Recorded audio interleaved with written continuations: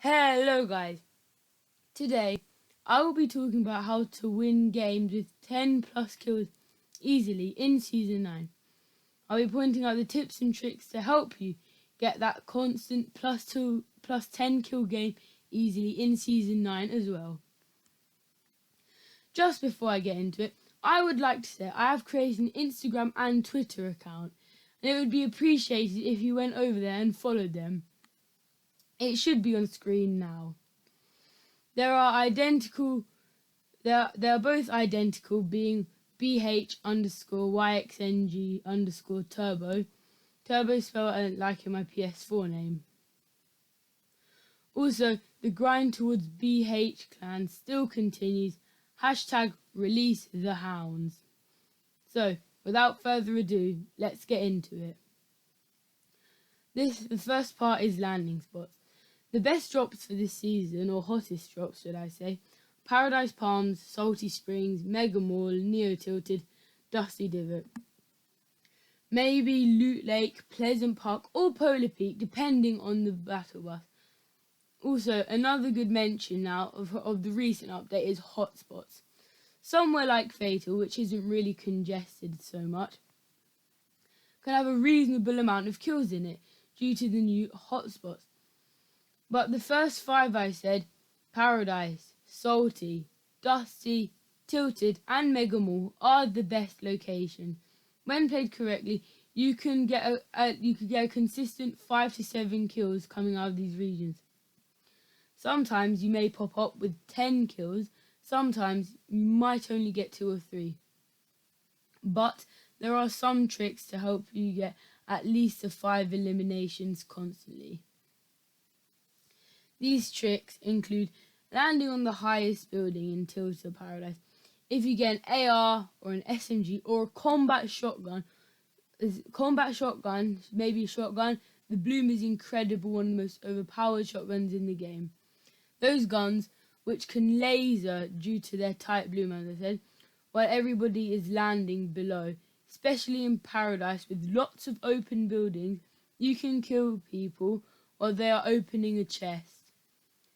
Another trick is right hand peek. Early game with low mats, you find yourself unable to take cover in a lot of situations. In large buildings, especially in Tilted, opponents often tend to run carelessly. You find them running up the stairs without a good idea of where they're going. And yeah, it can make them a really easy kill. So, when you hear these noises, make sure to line up your crosshairs with the player's head as they're running up the stairs with your right hand peek, and peek when obviously they come up and they're within sight.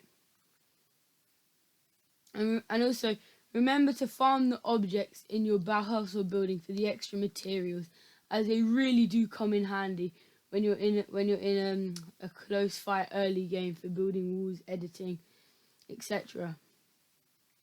But apart from that, there isn't much left to cover. Mid-game. Mid-game is the trickiest part of a game, mainly because it's always unclear what to push and what not to push. Mid-game usually occurs when the first circle closes in, and then maybe to the third or fourth circle closes.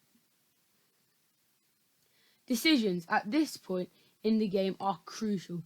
Pushing a lot in mid-game in the centre of the circle and in populated areas is always risky.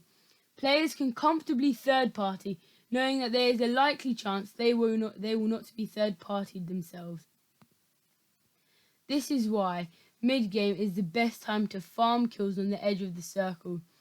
If the circle is in an area like Happy Hamlet, or on the edge of Salty Spring, and the other edge on the other side is Salty Springs, but all the players are incoming from north and east. So yeah, most players pile into those areas. There are players who like to camp on the edge of circle. These are players who usually lack confidence and ability, making them easy kills, and the only people who may third party are other players who have similar trait to those other circle edge campers.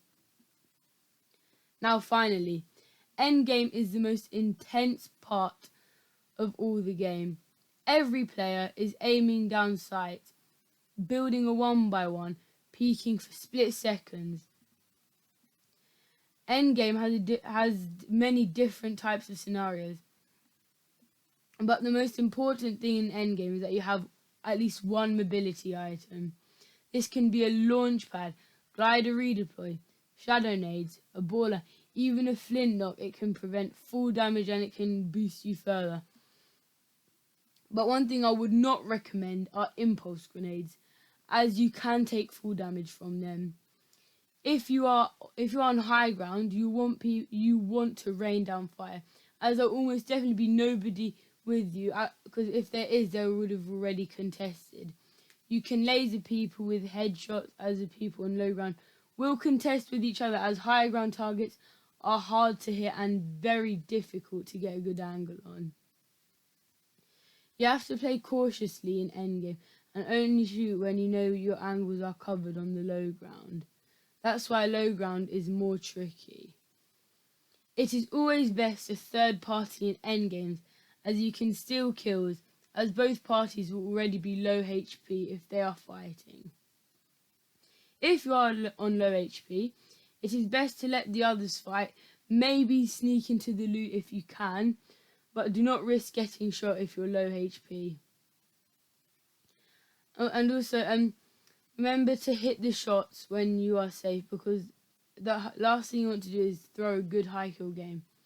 Another thing I have to mention is before you shoot anyone, make sure the area is properly scanned, as being third party unexpectedly is one of the most annoying things in Fortnite. The most important thing is, do not panic.